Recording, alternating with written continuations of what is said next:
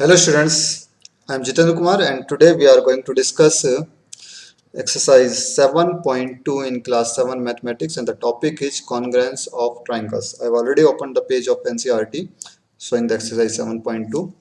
In this exercise total questions are 10, I think. Yes, there are 10 questions.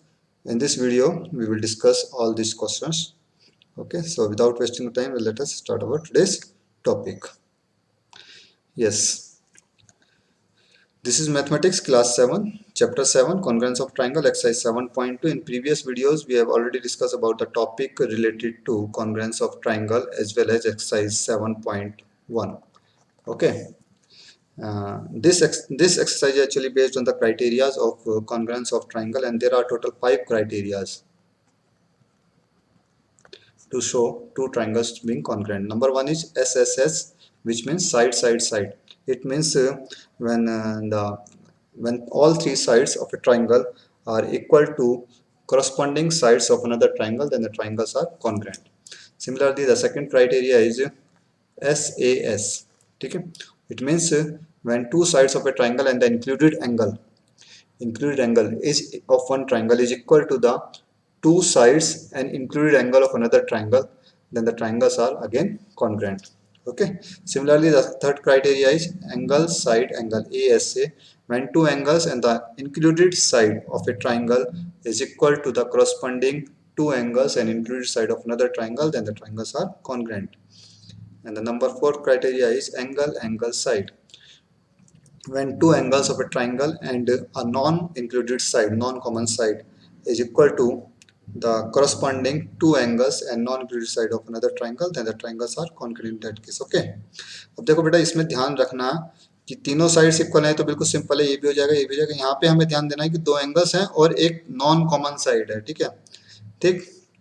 और fifth one criteria जो important है वो है हमारा RHS। RHS means right angle hypotenuse in side. ठीक, तो किसी भी राइट ट्राइंगल में जब हाइपोटेन्यूज और साइड, ठीक है, कोई भी एक साइड इक्वल होती है किसी दूसरे राइट ट्राइंगल की हाइपोटेन्यूज और साइड के, उस केस में भी वो दोनों ट्राइंगल्स कैसे होते हैं, कॉन्ग्रुएंट। ओके, सो ये जो हमारी एक्सरसाइज है, एक्सरसाइज 7.2, ये इन 5 क्राइटेरियाज पे ही बेस्ड है। ठीक है, so let us start our today's topic. Question number one. Question number one is which congruence criteria do you use in the following?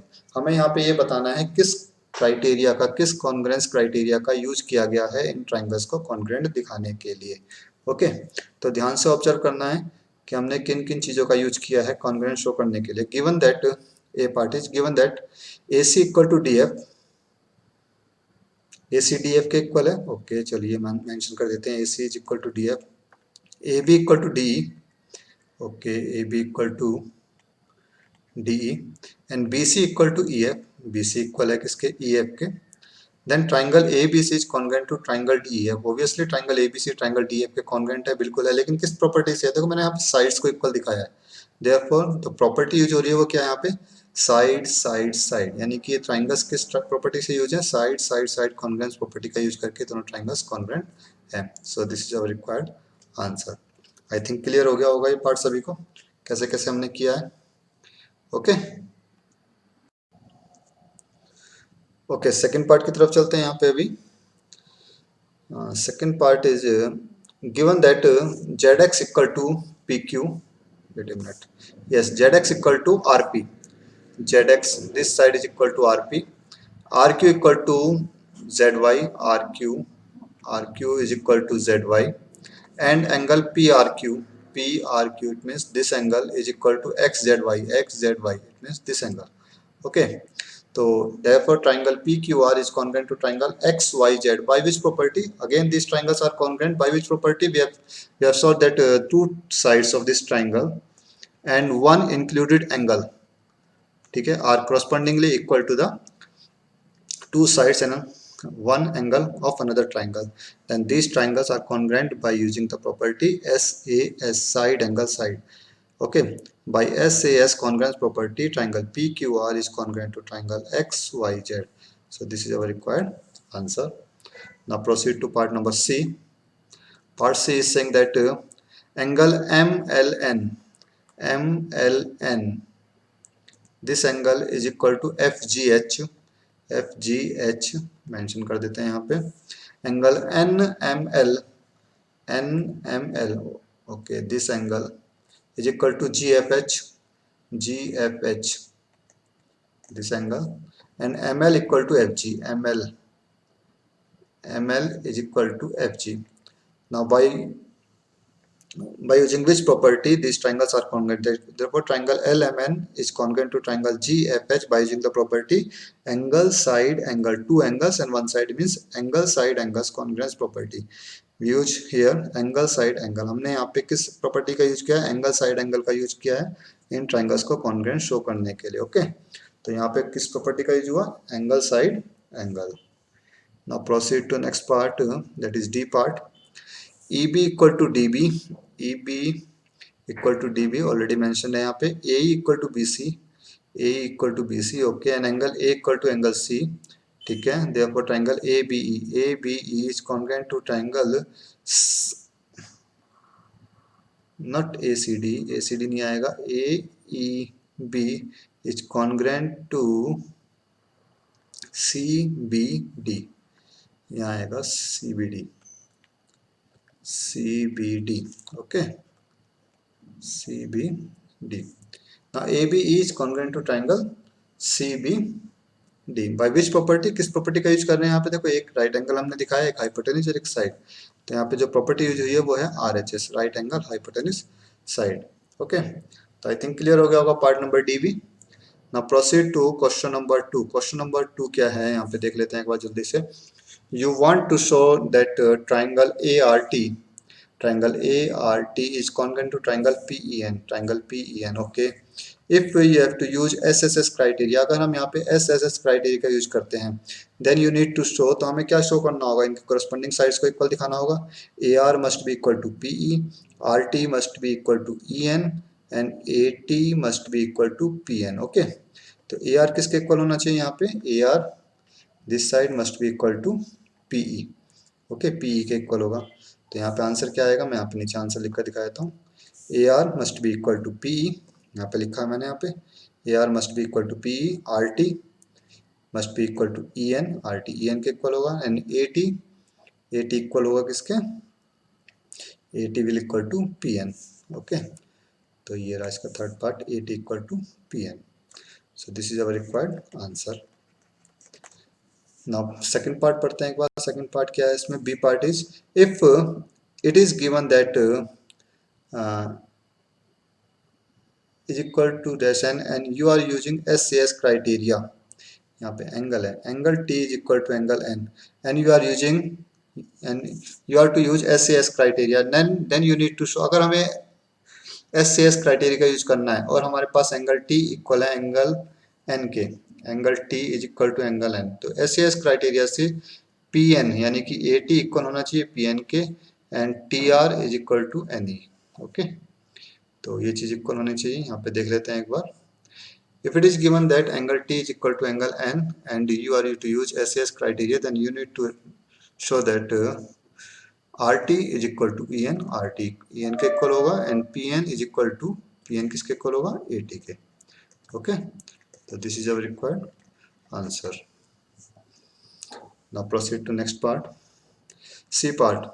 If it is given that AT equal to PN and you are to use ASA criteria, देखो यहाँ पे एक side हमें दे दी AT PN, तो obviously AT अगर PN के equal है तो इनकी, और हमारे पास ट्राइंगल कौन कौन से कॉन्ग्रुएंट थे? ART and PEN, yes, ART and PN. Since triangle ART is congruent to triangle PEN, अब देखिए यहाँ पे AT PN के इक्वल है, AT इक्वल है PN के, ठीक है, दिस साइड के, तो एंगल A इक्वल होना चाहिए एंगल P के and angle T will be equal to angle N, ठीक है, फॉर SCS क्राइटेरिया। तो ATR, ठीक, इट मीन्स एंगल A, ये RAT equal to angle EPN that is angle P, एक तो ये हो गया, and angle T that is ATR is equal to PNE, ठीक है, that is angle N, okay. तो ये हमारे क्राइटेरिया हैं यहाँ पे। इसे तुम सिंपली इस तरीके से भी लिख सकते हो यहाँ पे, angle A must be equal to angle P and angle T must be equal to angle N. Okay, तो इस तरीके से भी लिख सकते हो अगर तुम यहाँ पे आंसर पूरा नहीं लिखना चाहते तो ये भी करेक्ट है। Now proceed to question number 3। Question number 3 की तरफ चलते हैं। Yes, question number 3 important question है, अच्छे से जरा देखना है इसे। You have to show that triangle A M P is congruent to triangle A M Q. Okay, A M P is congruent to triangle A M Q, दोनों triangles congruent हैं। In the following proof supply the missing reason. यहाँ पे हमें reason देना है इन steps का। अगर P M Q M के इक्वल है तो क्यों है। If P M is equal to Q M obviously this is given, ये गिवन है, देखो यहाँ पे मेंशन किया हुआ है, तो यहाँ पे लिखा हुआ है, यहाँ पे लिखना है हमें reason given, this is given in the figure. Angle P M A equal to angle Q M A, P M A equal to Q M A means this angle के इक्वल है, यहाँ पे भी मेंशन है, देखो सब पता लग रहा है, तो this is also mention in the figure, that is given. And A M equal to A M, A M इस ट्राइंगल की साइड, ए एम इस ट्राइंगल की साइड ए एम के इक्वल है, तो क्यों है, ये कॉमन साइड है, ठीक है, दोनों ट्राइंगल्स में कॉमन है, तो यहाँ पे रीजन आएगा common side. Therefore triangle A M P is congruent to triangle A M Q. अब देखो प्रॉपर्टी कौन सी हुई है, साइड एंगल, और एक फिर हमने अगली साइड दिखाई है, तो प्रॉपर्टी यूज हुई है by S A S, side angle side, तो ये रीजन यहाँ पे देने थे हमें इनके, तो मैंने रीजन यहाँ पे ऑलरेडी मेंशन कर दिए, आगे नीचे भी देख लो एक बार, मैंने लिखा हुआ है। यस, यहाँ पे लिख लेते हैं, चलिए। First reason is given, second reason ये भी हमारा गिवन था, and third one is common side and by SAS criteria.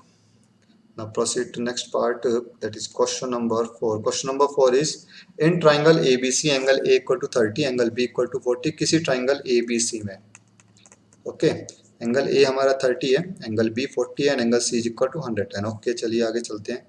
In triangle P Q R, angle P equal to 30, angle Q equal to 40 and angle R equal to 110 means corresponding angles यहाँ पे equal है। A student says that triangle ABC is congruent to triangle P Q R, triangle ABC triangle P Q are भी congruent होगा by A criteria. ए इस तरह का कोई भी क्राइटेरिया मैंने तुम्हें नहीं बताया, there are only 5 criterias which we have mentioned in the at the starting, ठीक है, स्टार्टिंग में हमने जो मेंशन किए थे सिर्फ वही 5 क्राइटेरिया जो होते हैं, इसके अलावा कोई और कॉन्ग्रुएंस क्राइटेरिया नहीं होता, तो ए इस तरह का कोई भी क्राइटेरिया नहीं होता। इज ही जस्टिफाइड, वाई और वाई नॉट, तो हमें बताना है कि जो उस बच्चे ने आंसर दिया है ए क्राइटेरिया, क्या ये जस्टिफाइड है या नहीं, तो आंसर क्या होगा हमारा, no, because the two triangles with equal corresponding angles need not be congruent, ठीक है, अगर इक्वल corresponding एंगल्स इक्वल है तो जरूरी नहीं कि वो ट्राइंगल्स कॉन्ग्रुएंट हो सकता है साइड्स में डिफरेंस हो, ठीक है। In such a correspondence, one of them can be enlarged copy of the other. इस केस में एक ट्राइंगल दूसरे ट्राइंगल की enlarged कॉपी हो सकता है, ठीक है। Therefore, there is no need to be triangles congruent. Now proceed to question number 5. Question number 5 की तरफ चलते हैं।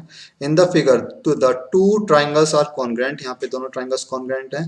The corresponding parts are marked. यहाँ पे corresponding parts को mark किया गया है। We can write triangle RAT congruent to, अब देखिए ये एंगल RAT हमने यहाँ पे ट्राइंगल का नाम लिखा है, R से स्टार्ट किया है इस एंगल से, तो यहाँ पे इस फिगर में इस तरह का एंगल कहाँ पे बन रहा है, यहाँ पे बन रहा है W, तो एक तो W आ जाएगा यहाँ पे, ट्राइंगल W। ए किसके क्रॉसपेंडिंग है, पॉइंट ए पे ये वाला एंगल है, ये ओके क्रॉसपेंडिंग है, ओ आ गया यहाँ पे, और यहाँ पे ये एंगल है, तो ये हमारा एन के क्रॉसपेंडिंग है, तो यहाँ पे एन आ जाएगा। Therefore since R is corresponding to W, A is corresponding to O and T is corresponding to N, therefore R A T, triangle R A T is congruent to triangle W O and this is your required answer. I think clear हो गया होगा ये part भी सभी को। Now proceed to question number 6 question की तरफ चलते हैं अभी जल्दी से। Complete the congruence statement. अब यहाँ पे देखो फिगर, हमें दो फिगर दिए हैं डिफरेंट, हमें कॉन्ग्रुएंस स्टेटमेंट लिखना है। Triangle B C A congruent होगा किस ट्राइंगल के, देखिए यहाँ पे B C A, obviously this angle इस एंगल के इक्वल है, तो यहाँ पे भी इस ट्राइंगल में बी आना चाहिए स्टार्टिंग में, तो बी आ जाएगा, मैं यहाँ पे लिख कर दिखाया था बी। उसके बाद सी पे आते हैं, तो यहाँ से बी सी किसके इक्वल है, बी टी के, तो यहाँ पे टी आ गया पॉइंट, ओके। और उसके बाद फिर टी ए इक्वल है सी ए के, तो यहाँ पे बी टी ए आ जाएगा, ठीक है। तो B C A is congruent to triangle B T A. यहाँ पे नीचे देख भी लेते हैं कैसे कैसे किया हमने। बी सी बी टी के इक्वल है, गिवन है, देख लो जरा फिगर में एक बार। Yes, B C equal to B T, B C equal to B T given, C A equal to T A, C A equal है टी ए के, this is also given, and B A equal to B A, B A B A के equal है, common है, therefore triangle B C A is congruent to triangle B T A, okay, by S S S congruence rule. ठीक, तो इस तरीके से हमें first part करना है। सेकंड पार्ट देखते हैं एक बार फिगर में सभी। This side is equal to this side, this side is equal to this side, and this side is equal to this side, therefore S S S criteria, S S S criteria का use करके दोनों triangles भी congruent हो जाएंगे, लेकिन नाम कैसे लिखना है वो जरूरी है। ठीक, पी टी क्यू आर के क्रॉसपोंडिंग है, गिवन है यहाँ पे, equal T Q Q S के इक्वल है, ये भी गिवन है, फिगर में दिया हुआ है, पी क्यू आर एस के। तो अगर हम ट्रायंगल का नाम देखें क्यू आर एस, अगर यहाँ पे लिखा है तो क्यू आर एस किसके कॉन्ग्रुएंट होगा, फिगर में देख लो एक बार दोबारा से, क्यू आर एस किसके कॉन्ग्रुएंट होगा। अब ये एंगल देखो कहाँ बन रहा है, यहाँ पे टी पे बन रहा है, तो ये उसके यहाँ पे आ जाएगा ट्रायंगल पॉइंट टी। आर किसके क्रॉसपोंडिंग है, ये एंगल यहाँ पे आता है पी, टी पी और एस हो गया। ठीक है, नहीं sorry, T P Q, T P Q, तो ट्रायंगल का नाम बना यहाँ पे T P Q, okay, by S S S congruence criteria. Now proceed to next question, that is question number 7।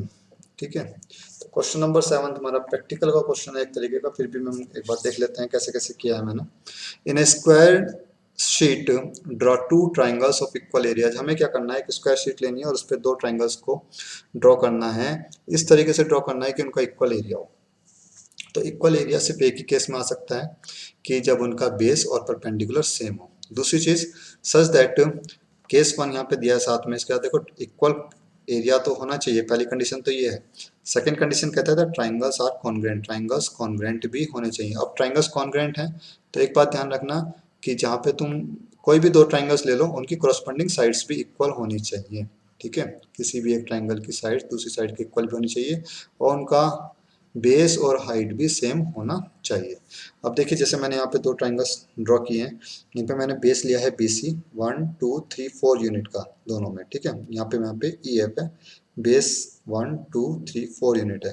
अगर एल्टीट्यूड की बात करें तो ए पॉइंट से एल्टीट्यूड 1 2 3 यूनिट है, यहाँ पे भी 1 2 3। इस तरीके से जब यहाँ हमारे पास दो ट्राइंगल्स बन गए A B C and D E F, these two triangles have equal area, इन दोनों ट्राइंगल्स का एरिया तो इक्वल है और ये दोनों ट्राइंगल्स कॉन्ग्रुएंट भी होंगे।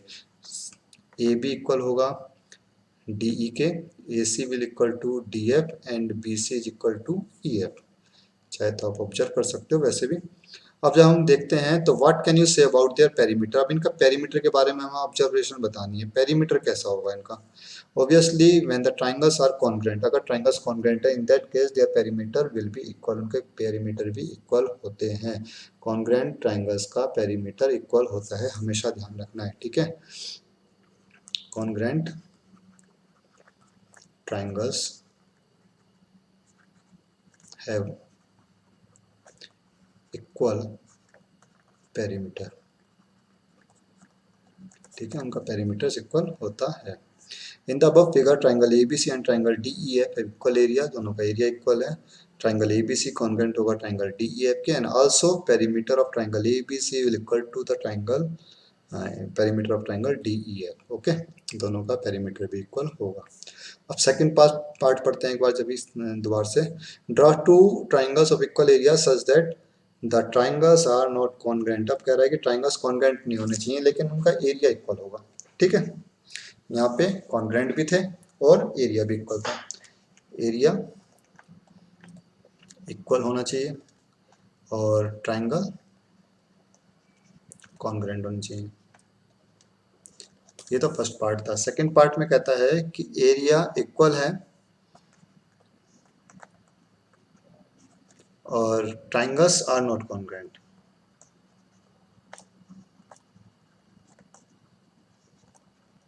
तो इस केस में भी हमारे पास ट्राइंगल्स का एरिया तो इक्वल होगा, ट्राइंगल्स लेकिन कॉन्ग्रुएंट नहीं होंगे इस केस में। अब देखो मैंने क्या किया, बेस और एल्टीट्यूड सेम लिया। यहाँ पे बेस कितने यूनिट है, 1 2 3 4, यहाँ पर भी 1 2 3 4 यूनिट बेस ले लिया। हाइट देखो कितनी है यहाँ पे 1 2 3, यहाँ पर भी 1 2 3। ऑब्वियसली जब बेस और हाइट इक्वल होता है किसी भी दो ट्राइंगल, किसी भी ट्राइंगल का, तो उनका एरिया भी इक्वल होगा। ठीक है, तो एरिया तो इक्वल होगा, बिल्कुल सही बात है। अब इनको देखो, क्या फिगर हमें कॉन्ग्रेंट लग रही है कहीं से भी? क्या अगर मैं एक फिगर को दूसरे फिगर के ऊपर रखता हूँ, सुपर पोस्ट करता हूँ, तो क्या ये एक दूसरे को कॉन्साइड करेंगे पूरी तरीके से? नहीं करेंगे, they will not hide each other, ठीक है, तो एक दूसरे को हाइड नहीं कर सकती। तो इस केस में ये दोनों ट्राइंगल्स कैसे होंगे? कॉन्ग्रेंट नहीं होंगे। In the above figure triangle ABC and triangle DEF both have equal areas, but triangle ABC is not congruent to triangle DEF, लेकिन ये दोनों ट्राइंगल्स कॉन्ग्रेंट नहीं है। और कॉन्ग्रेंट नहीं है तो इनकी जब तुम मेजरमेंट लोगे, यहाँ पे बेस तो सेम है चलो, लेकिन जब इन साइड्स का मेजरमेंट लोगे और उनको ऐड करोगे तो पैरीमीटर्स कभी भी इक्वल नहीं आएंगे, ठीक है, इस केस में पैरीमीटर इक्वल नहीं होगा। आगे चलते हैं नेक्स्ट पार्ट पे, क्वेश्चन नंबर 8। ये भी एक प्रैक्टिकल का क्वेश्चन है, फिर भी देख लेते हैं एक बार जल्दी से। Draw a rough sketch of two triangles such that they have 5 pairs of congruent parts. ठीक है, हमें दो ट्राइंगल्स बनाने हैं, ठीक, रफ स्केच ड्रॉ करना है। Such that they have 5 pair of congruent parts, उनके 5 कोरस्पॉन्डिंग पार्ट्स इक्वल होने चाहिए, कोई भी 5 पार्ट्स कोरस्पॉन्डिंग पार्ट्स इक्वल दिखा दो, but still the triangles are not congruent. देखो 5 कोरस्पॉन्डिंग पार्ट्स हमें दिखाने हैं, 3 साइड्स होती हैं, 3 एंगल्स होते हैं, अगर हम तीनों साइड इक्वल दिखा देते हैं तो ट्राइंगल्स कॉन्ग्रेंट होंगे ही होंगे। तो हमें कोई भी दो साइड्स इक्वल दिखानी है, एक साइड को अनइक्वल रखना है, ध्यान रखना, बस इतना जरूर याद रखना, एंगल्स इक्वल हो सकते हैं, ठीक। तो let us draw two triangles, triangle ABC and triangle DF. मैंने यहाँ पे दो ट्राइंगल ड्रॉ करे हैं, एबीसी एंड डीएफ। ये एंगल 30 है, यहाँ पे 30 है, ये 60 डिग्री है, यहाँ पे 60 डिग्री है, ये एंगल 90 डिग्री है, ये 90 डिग्री है, ओके। तो एंगल्स corresponding एंगल्स इक्वल हो गए। अब साइड्स की अगर बात करें तो साइड बीसी इक्वल है डीएफ के, ठीक। और ये देखो यहाँ पे, ये जो इसका एल्टीट्यूड है इसके हाइपोटेन्यूज के इक्वल है, ठीक। लेकिन ये जो साइड है ना, ये इस साइड के इक्वल नहीं है, होगी भी नहीं, ठीक है।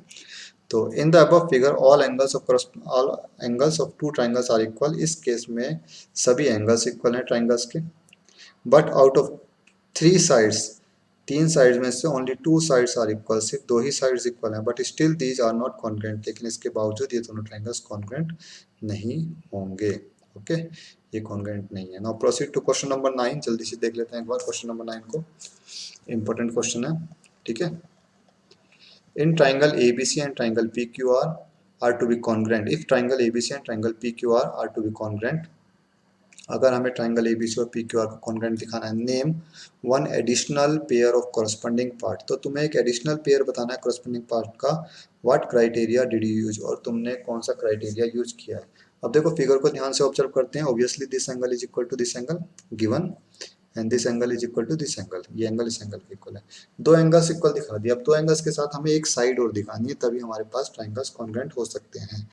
तो अगर हमें एंगल साइड एंगल का यूज करना है, then BC must be equal to R Q R, BC QR के इक्वल होनी चाहिए। तो यही हमारे पास एडिशनल इंफॉर्मेशन है।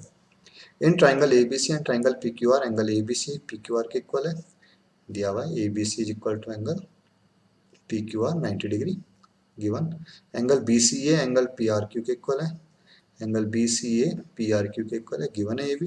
The other additional pair of corresponding parties BC must be equal to QR, BC QR के इक्वल होना चाहिए, then triangle ABC will be equal to triangle PQR by ASA congruence rule, ठीक है। तो हमारा answer actual में ये था, ठीक, कि BC QR के इक्वल होना चाहिए। The additional pair of information is BC will be equal to QR so that the triangles may be equal to congruent to each other by using ASA angle side angle congruence rule. I think clear हो गया होगा ये question भी सभी को। Now proceed to last question of this exercise. Last question की तरफ चलते हैं, question number 10। Explain why triangle ABC is congruent to triangle FED। कह रहा है कि ट्राइंगल ABC congruent है ट्राइंगल FED के, क्यों है। ABC ट्राइंगल FED के कॉन्ग्रेंट, देखो ये एंगल इस एंगल के इक्वल हो गया, this angle is equal to this angle, okay, and this side is equal to this side. तो अब अगर हम क्राइटेरिया की बात करें तो मैंने एक एक्स्ट्रा क्राइटेरिया बताया तुम्हारी बुक के अलावा, वो है एंगल एंगल साइड, उसी क्राइटेरिया का यहाँ पे यूज किया गया है, angle angle side, angle angle side, okay. तो इन triangle ABC and triangle FED, angle ABC equal to angle DEF given, BAC equal to DFE, BAC this angle is equal to DFE this angle given, okay। And B C equal to D E, B C equal दिया है किसके, D E के, therefore triangle A B C is congruent to triangle F E D by angle side. देखो एक ही part में, एक ही question में use हुआ है सिर्फ इस प्रॉपर्टी का, और वो है क्वेश्चन नंबर 10, ठीक है। एंगल साइड प्रॉपर्टी से ये दोनों ट्रायंगल्स कॉन्ग्रुएंट होंगे। अगर तुम्हें इस प्रॉपर्टी का यूज नहीं करना, मत कीजिए, कोई बात नहीं।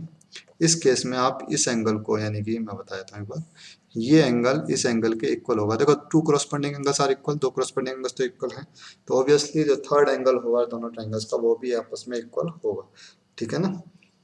180 में से जब तुम इन दोनों को माइनस करोगे तो ये एंगल बचेगा, 180 में से जब आप इन दोनों को माइनस करोगे तो ये, लेकिन ये दोनों एंगल्स तो इन दोनों एंगल्स के इक्वल है ऑब्वियसली, तो ये एंगल इस एंगल के इक्वल आ जाएगा।